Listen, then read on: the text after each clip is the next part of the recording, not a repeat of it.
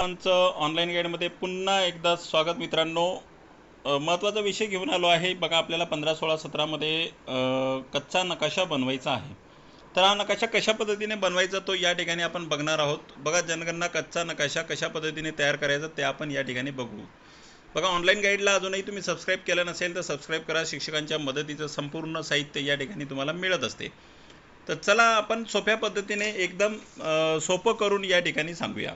बघा, जनगणनेसाठी जो कच्चा नकाशा तुम्हाला तयार करायचा आहे मित्रांनो, तो तुम्हाला याआधी शासनाने आपल्या ऑर्डरसोबत दिलेला आहे.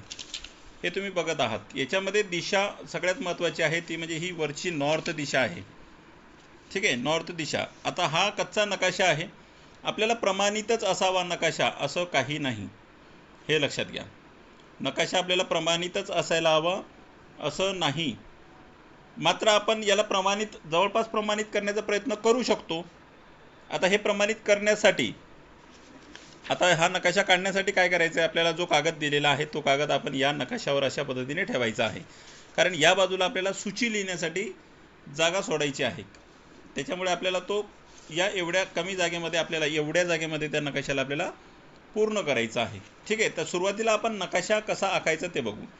बघा, एका कागदावर कागद असं तुम्ही ठेवायचा. तो ठेवल्याच्या नंतर आहे ना, याच्या खाली, या कागदाच्या खाली जर तुम्ही लाईट पकडला तर ते तुम्हाला नकाशा या ठिकाणी परफेक्टली दिसतो.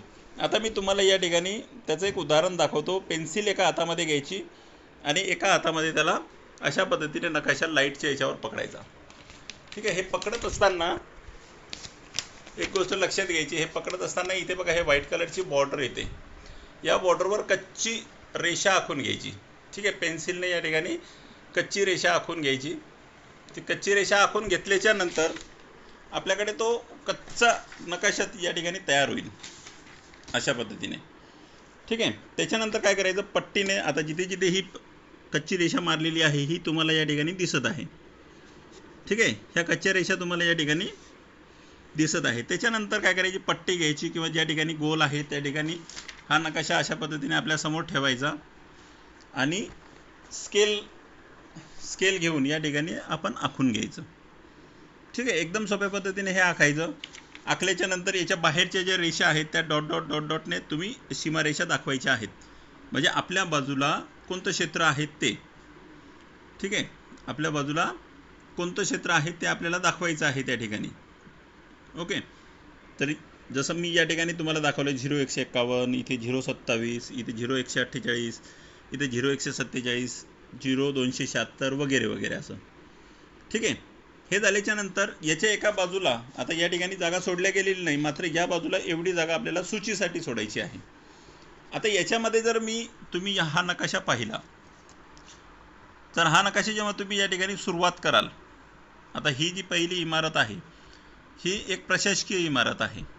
ठीक आहे, प्रशासकीय इमारत आहे. तर आपल्याला पान नंबर 39, जे आपलं पुस्तकावरचं पान नंबर 39 आहे त्याच्यावर नकाशात दिलेला आहे.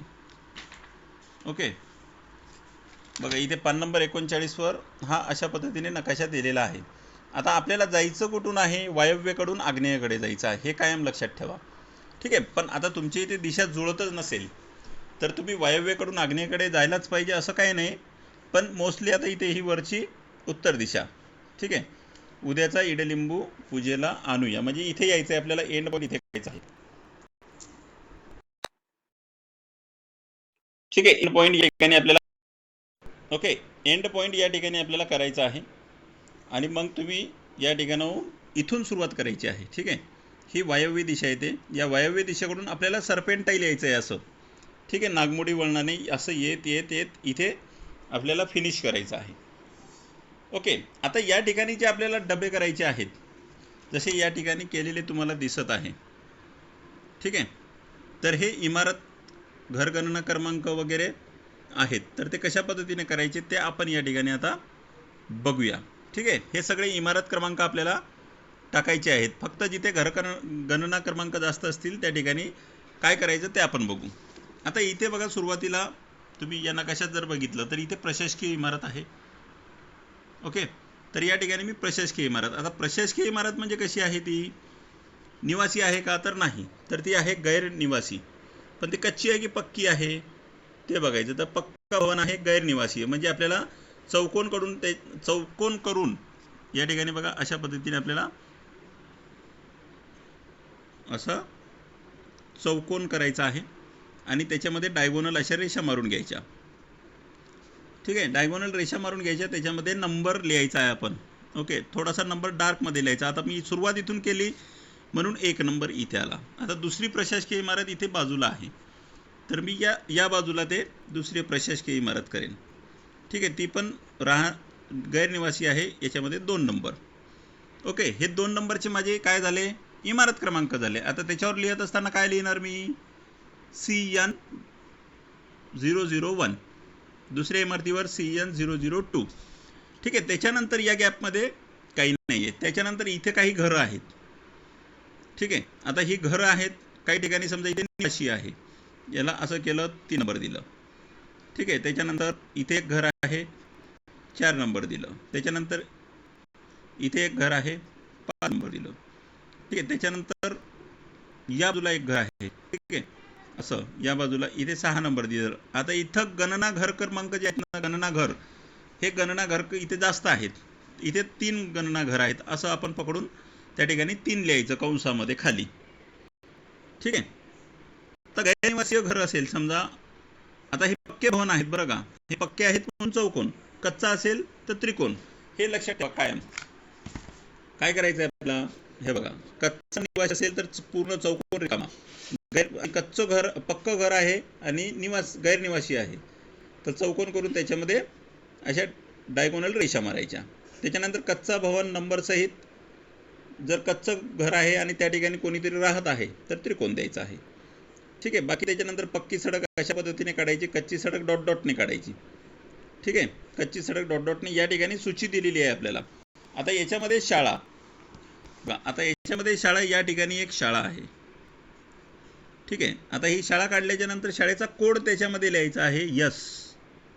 ठीक आहे, शाळेचा कोड काय लिहायचा आहे, त्याच्यामध्ये यस लिहायचा आहे. ओके, आणि त्याच्यामध्ये घर क्रमांक सुद्धा त्याच्यामध्ये लिहायचा आहे. मंदिरासाठी सुद्धा तुम्हाला या ठिकाणी जिथे मंदिर आहे तुमचं त्या ठिकाणी अशा पद्धतीने हे काढायचं आणि त्याच्यावर मंदिर असं मला लिहायचं आहे. ठीक आहे, एकदम सोपी पद्धत आहे, काही जास्त कठीण त्याच्यामध्ये नाही. फक्त ज्या घरामध्ये कोण राहत नसेल आणि ते घर पक्क असेल तर चौकोन करून त्याच्यामध्ये डायगोनल द्या, आणि जे घर आहे आणि त्याच्यामध्ये कोण राहत नाही त्याला त्रिकोण करायचं आहे. ठीक आहे, गैरनिवासी जर असेल तर त्रिकोण आणि डायगोनल रेषा, हे डायगोनल रेषा लक्षात ठेवा. कच्चं असेल तर चौकोन, पक्का असेल तर त्रिकोण, पक्का असेल तर चौकोन, कच्चं असेल तर त्रिकोण, हे लक्षात तुम्हाला ठेवायचं आहे. त्याच्यानंतर शाळेसाठी यस वापरायचं आहे. ठीक आहे, नंतर पी पोस्ट ऑफिस वगैरे, हे मंदिरसाठी बघा हे खुणा या ठिकाणी दिलेल्या आहे, शाळेची खूण अशा पद्धतीने तुम्हाला काढायची आहे. ठीक आहे, SDP PO असं तुम्हाला लिहायचं आहे त्या ठिकाणी. पंचायत घर आहे, डाकघर आहे. ठीक आहे, P म्हणजे पंचायत घर झालं. तर अशा पद्धतीने तुम्हाला हा नकाशा एकदम सोप्या पद्धतीने काढायचा आहे. नदी जर असेल तर अशा पद्धतीने तुम्हाला नदी त्या ठिकाणी दाखवायची आहे. तर एकदम सोपी पद्धत आहे नकाशा काढायची, याला काही घाबरण्याची तुम्हाला गरज नाही मित्रांनो. त्याच्यामुळे तुम्ही हे अशा पद्धतीने चौकोन तुम्ही आखून घ्या. ठीक आहे, थोडेसे बारीक चौकोन करायला लागतील तुम्हाला आणि बारीक लिखाण त्याच्यामध्ये करावं लागेल, तर ते तुम्हाला त्या ठिकाणी व्यवस्थित दिसेल. तर अशा पद्धतीने तुम्ही तुमचं काम पूर्ण करा, कोणालाही घाबरण्याची गरज नाही. याला काही जास्त वेळ लागत नसतो मित्रांनो, कमी वेळेमध्ये हे काम होत असते, फक्त आपण पॅनिक होतो, बाकी दुसरं काही नाही. ठीक आहे, तर व्हिडिओ आवडला असेल तर नक्की लाईक करा, शेअर करा, सबस्क्राईब करायला नक्की विसरू नका. चला भेटूया आपण पुढच्या व्हिडिओमध्ये, ज्याच्यामध्ये आपण घरगणना कशा पद्धतीने करायची ते पाहणार आहोत.